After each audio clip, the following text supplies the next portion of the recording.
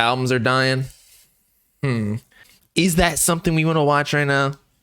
I feel like albums are coming back because of like Lil Yachty and other people. But I agree, before they were dying, because especially in the underground or new generation niche and like SoundCloud rap and whatever, I felt like there was a period where it was just a compilation of songs. That's what albums were for new rappers. But I feel like we're in a new era right now where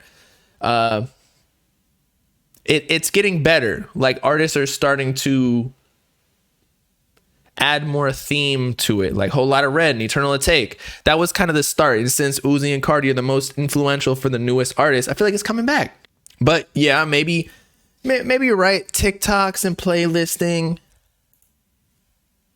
that kind of screws it up. But I feel like that happened a while ago. But again, I feel like the music enthusiasts still mess with albums. But if we're talking about like the last decade compared to the 1900s, I would assume, yeah, you could only buy that. It's because you could only buy albums. Like, what are you gonna go to the store to buy a single?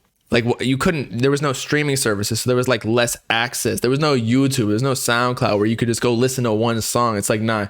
If you only have the option to buy a project and you're invested, especially if you spent like 10, 15 bucks on that. What are you going to do? Like, not, yo, K-Subi, self-promo ass. What are you going to do? Listen to that? If you buy a trash album accidentally or even purposely, but it just turned out to be garbage, like you're basically going to force yourself to like it at that point.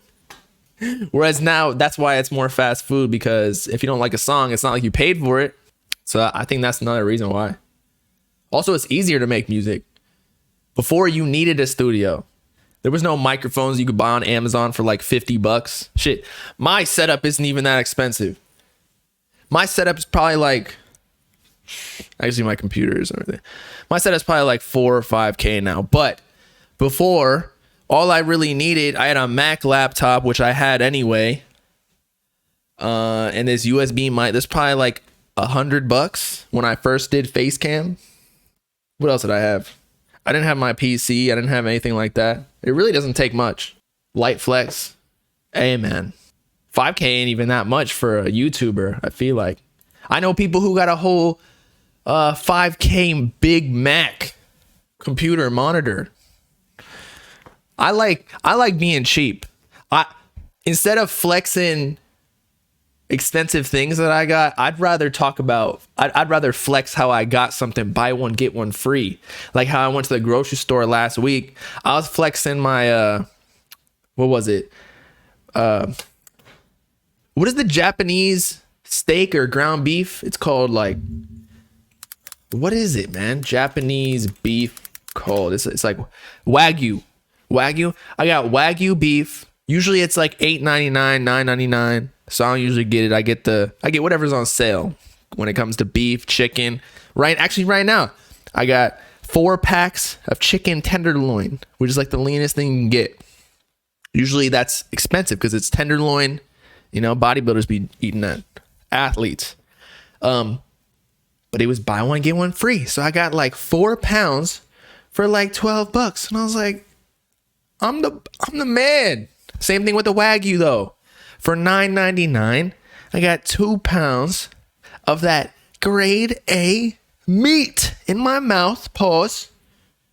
So if you divide that, that's like $4.50 per pound is good for cheap meat.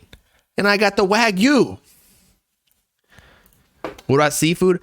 I love seafood. My favorite seafood is scallops, but I don't eat seafood because it's like, to get a lobster tail, it's like $20 for a pound. And I'm like, you need to eat more seafood to get in the same amount of calories than if you get like 90-10 sirloin beef. So it's just not worth it. I'm not trying to be like buying 10 pounds of seafood every day. I ate 4 pounds of chicken a day. That probably wasn't good for me, but I didn't have a lot of rice left, so I just kept eating the chicken. Ain't my girl got me all you can eat seafood. Nasty, bro. She's not here. She's coming tomorrow though. Pause. Actually, that ain't even a pause.